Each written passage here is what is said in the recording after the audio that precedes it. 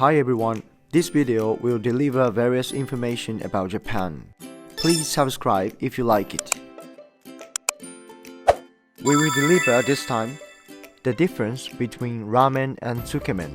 Let's get started. Why are the soup and noodles separate?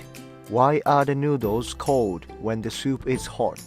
What is soup-wari? These are frequently asked questions from overseas travelers. Many people, even those living in Japan, do not know the answers to these questions.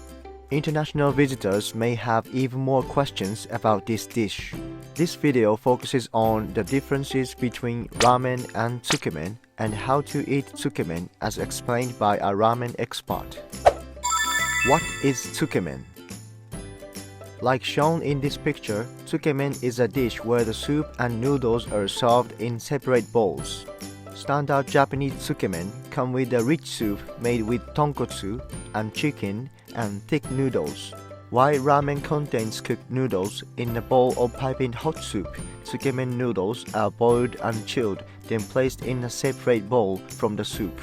The cooling process of the noodles is the main difference between tsukemen and ramen. Taste the noodles first. So, why do the noodles need to be chilled? This is in order to bring out the noodles flavor. By adding this step, any excess slickness of the noodles is washed off. Not only does this improve the texture, but it also adds a strong firmness to the noodles. If you visit a popular restaurant, you may be surprised at the strong flavor of the noodles and how tasty they are on their own. Quickly dip the noodles in the soup and eat. After enjoying the noodles on their own, dip the noodles in the soup and eat.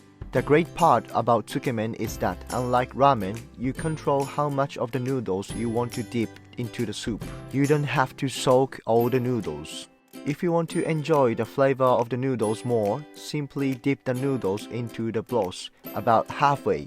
Depending on the tsukemen, you will want to change how much noodle you dip. But if the soup is the standard rich soup, the writer recommends around halfway or 3 to 4th into the soup.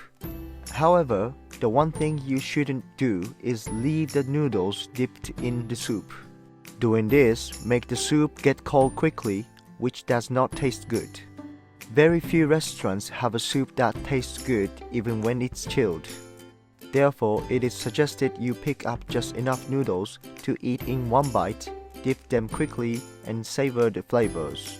This way of eating is crucial to enjoying tsukemen. Finish with soup-wari to enjoy until the last drop. After eating a good bowl of tsukemen, the best and last part is the soup-wari, where you add hot dashi broth to the soup to make it drinkable. It is said that this method comes from the soba you served after eating soba noodles. Since the noodles are so critical in tsukemen, there are many places that serve a bold and rich flavored soup to balance the noodles out. Therefore, it is not suited for drinking straight.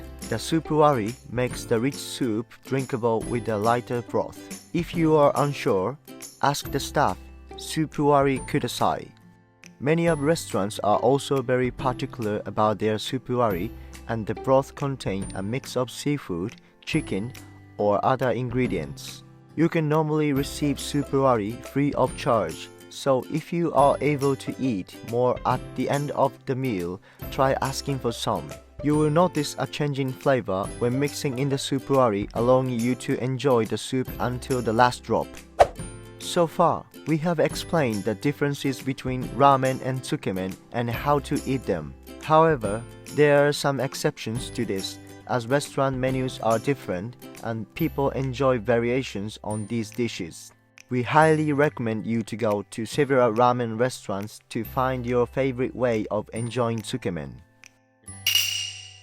Today's team has done. Let's enjoy Japan by learning Japanese culture. Please watch other videos and also subscribe to our channel. See you again!